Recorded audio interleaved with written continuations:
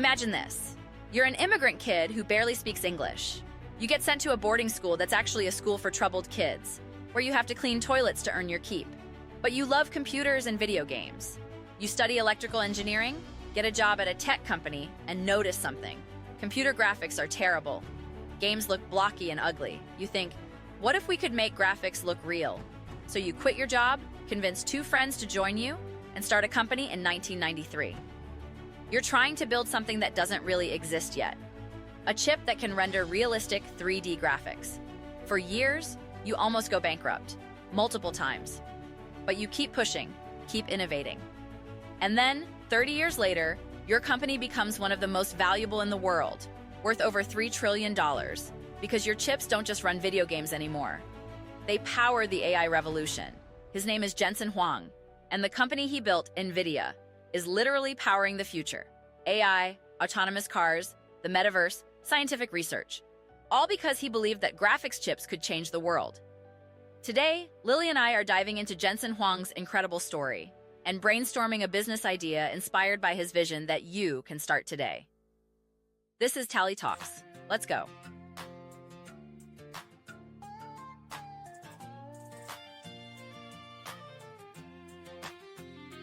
She's got a mind, she's got a spark, lighting up dreams from dawn to dark. Tallie Talks, yeah, she's the voice, asking the questions, making the choice. Young hustlers rising, stories to tell, big ideas where passions dwell. Pull up a chair, grab your seat, let's talk the hustle, let's feel the beat. Tallie Talks, yeah, Tallie Talks, turning whispers into walks, dreaming big, take the shot. This is the place where dreams get called. Tallie Talks, oh, Tallie Talks, Tallie Talks, ooh, yeah. Hey everyone! Welcome back to Season 2 of Tallie Talks. I'm Tallie Pennyworth, and we are 18 episodes into this incredible season. Last week, we talked about Barbara Corcoran, the real estate mogul who turned a $1,000 loan into $66 million and became a Shark Tank star. And we learned to fake it till you make it, use rejection as fuel, and compete with creativity when you can't compete with money. So Lily, welcome back.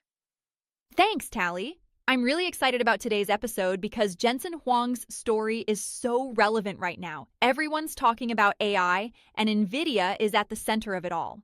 Right? Like NVIDIA chips are in everything.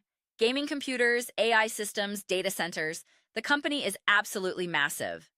And what I love about Jensen is that he had this vision for 30 years before most people understood what he was building. He saw the future way before it arrived. Okay, quick question before we dive in. Are you more interested in gaming or AI? That's tough. I think AI is more fascinating because of all the possibilities, like it's going to change literally everything. But gaming is more fun. What about you? I'm definitely more into gaming. I love how immersive games have become. The graphics, the stories. But I'm also kind of amazed and a little scared by how powerful AI is getting. Same. And both of those things, gaming graphics and AI, are powered by Jensen Huang's vision. Let's talk about how he built NVIDIA. So Jensen Huang was born in 1963 in Taiwan. When he was 5, his parents sent him and his older brother to live with an uncle in the United States so they could get a better education. Wait, they sent him away at 5 years old? Yeah, it was really hard. Jensen barely spoke English. And here's the crazy part. The uncle was supposed to send them to a prep school, but he accidentally enrolled them in a boarding school in Kentucky that was actually for troubled kids. Oh no! So Jensen ended up at a reform school? Basically. The kids there had been in trouble with the law, had serious behavioral issues. It was rough, and all the students had to do chores. Jensen's job was cleaning the bathrooms. That's such a harsh way to start life in a new country. It was. But Jensen has said that experience taught him resilience and humility. He learned to adapt, work hard, and not complain.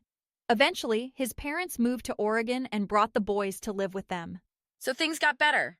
Oh yeah, Jensen fell in love with science and technology. He was obsessed with video games, Pong, Space Invaders, all the early arcade games.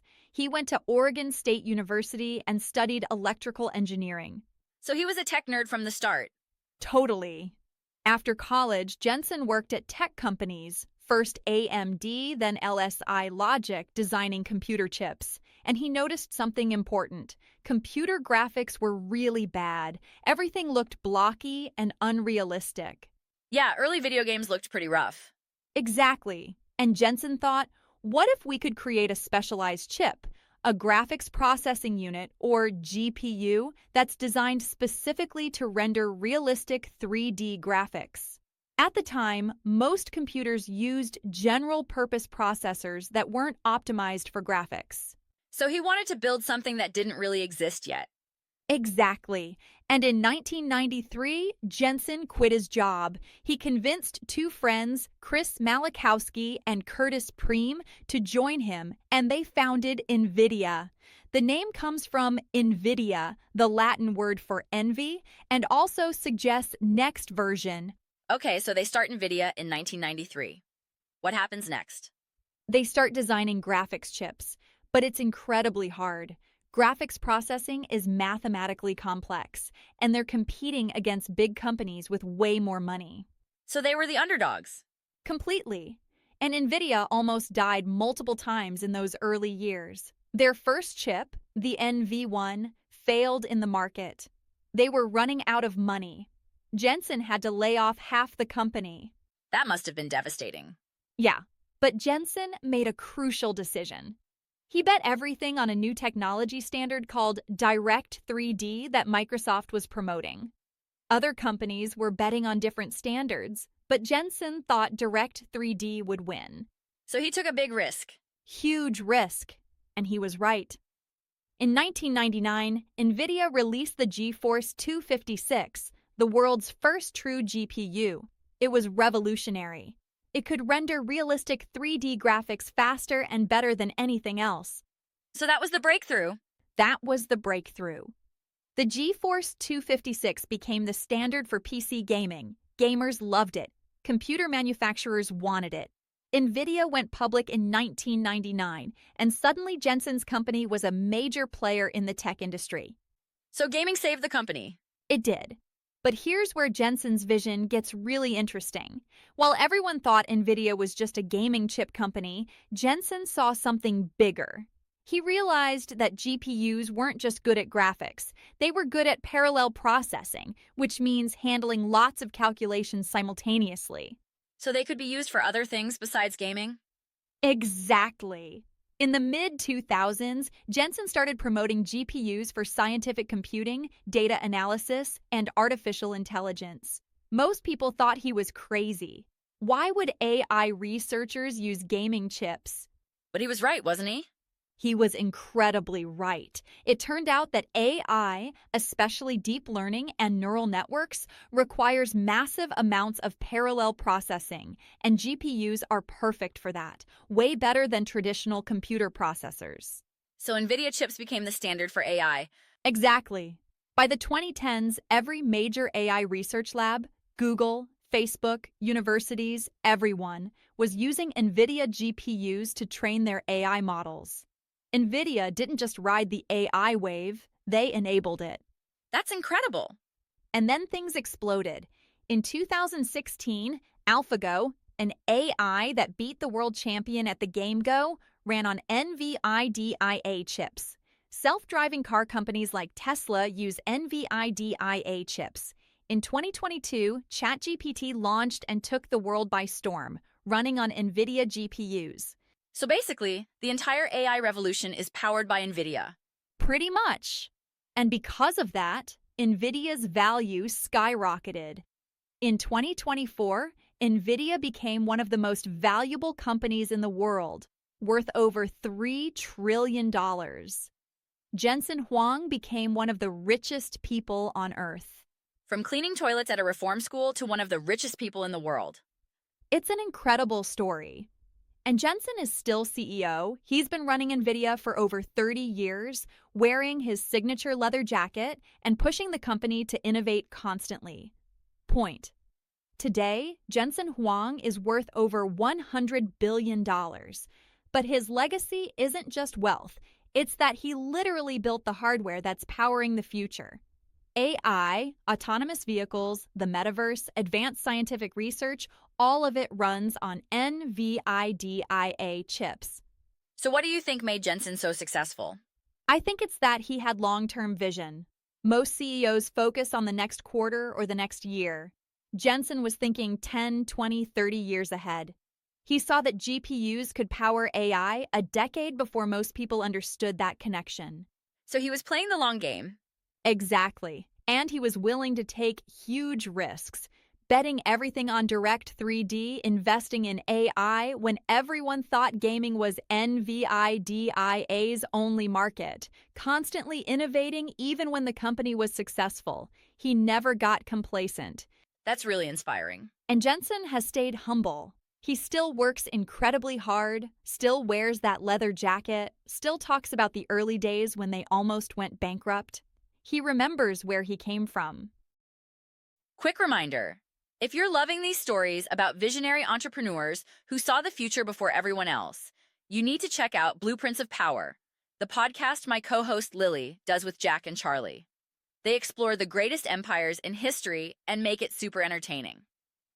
Did you know the Roman Empire had over 250,000 miles of roads and an advanced postal system 2,000 years ago? The entire first season is on YouTube right now. Go subscribe, watch all the episodes, and let them know Tallie sent you. That's Blueprints of Power on YouTube. You're going to love it. All right, we're back. Lily, what's the big lesson from Jensen Huang's story? The lesson is think long-term and see around corners. Jensen didn't just respond to what the market wanted today. He anticipated what the market would need in 10 or 20 years. He saw that GPUs would power AI before AI was mainstream. Visionaries think about the future, not just the present. So it's like, don't just solve today's problems, anticipate tomorrow's opportunities. Exactly. And here's the other lesson. Be willing to pivot and expand.